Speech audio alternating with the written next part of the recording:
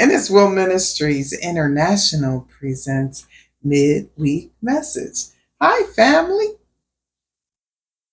Well, family, there on Monday, we just had Cinco de Agosto, and that is August 5th, is the commemoration of that Montgomery voting situation.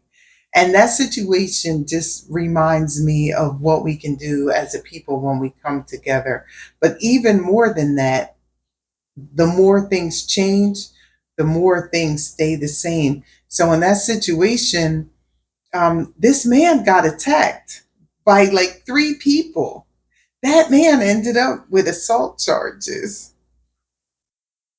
So the more things change, the more things stay the same. Now, those charges went nowhere, but you know, as a black man in America, you can be attacked by multiple people on camera and still get charged with assault. And so, um, yeah, the charges went nowhere, but it's the fact of the matter that they just had to charge him. And the people that did attack him, the authorities had to be forced to charge them. It was like our collective outrage caused them to charge those people. Um, In 2019, 4,000 there were 4,930 hate crimes. Of that, 48.5% were against black people. Now, every other category altogether is still less. Every other category altogether is still less than. So every other race added together is still less than the number of hate crimes that black people are exposed to, are are tormented, tortured with. um, and these numbers are only with authorities that participate. So these numbers are by no way an exhaustive list. These are just the authorities that send their information in. So I'm sure there's quite a few departments that won't send their information. I'm sure the number is much higher. And now, because of this, because we've had so very many situations, high profile situations, we're continuing to have them. Um, where's the hate crime bill? Where's the bill against hate crimes against black people? When I tell you no other race, the number of religions, no sexual identity, none of those compare to the number of bias crimes against black people. None of them. None of them. And there's no crime bill. And so I hear everybody getting excited, drawing up sides on the political spectrum. And all I want to say to you is this: whatever side you're on, what are they going to do to protect black people? Simple. What are you going to do? Where's our anti-crime? Where's our crime bill? Where's the bill that protects black people? Left, right, whatever. This will come out opposite. Whichever side of the aisle you fall on, where's the bill?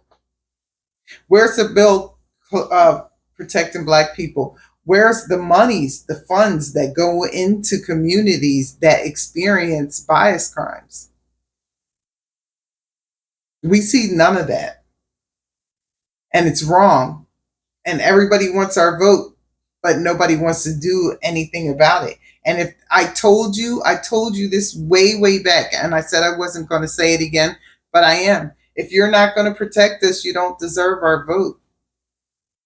And so don't give your vote away to somebody that doesn't care about you or your community. Don't give your vote away to people that are going to allow things like Sonia Massey to happen, and then fighting to get the guy out of jail when he cold-bloodedly murdered her. I'm not here to argue that. I'm not here to argue whether or not he should be punished, because yes, he should, and there's no argument for me. He can't convince me otherwise. I saw the tape. And you can't convince me to vote for anybody that is not going to put up legislation to protect Black people, to put money in our communities. Now, that's external, but internally, as a people, we need to protect our own neighborhoods.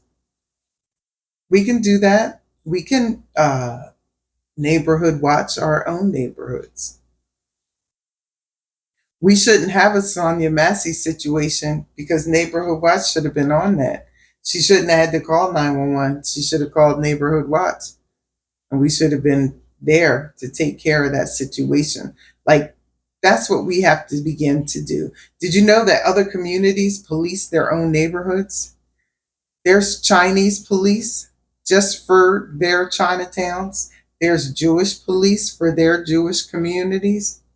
We need to police our own communities. I believe there are Arab police for their neighborhoods. We need to do that. It's time. We need our own police. We need to police ourselves. We shouldn't have to call in outsiders to handle our situations. And that's going to require women. You got kids, you got sons out here in these gangs. Get your kids, men and women. Get your kids, because we got to clean up our neighborhoods. Get them,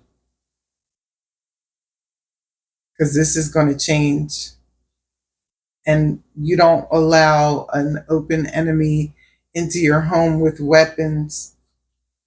An obviously hostile person in your home with a weapon, and you don't have any, right? Like, you don't do that. And we shouldn't have to do that when we can police our own neighborhoods. And so that is where I am. If you're not going to protect us, you don't deserve our vote. And that goes from the presidential ticket all the way down. What are you going to do for my vote? What are you going to do to protect my community? That's number one. What are you going to do to protect my community in order to get my vote?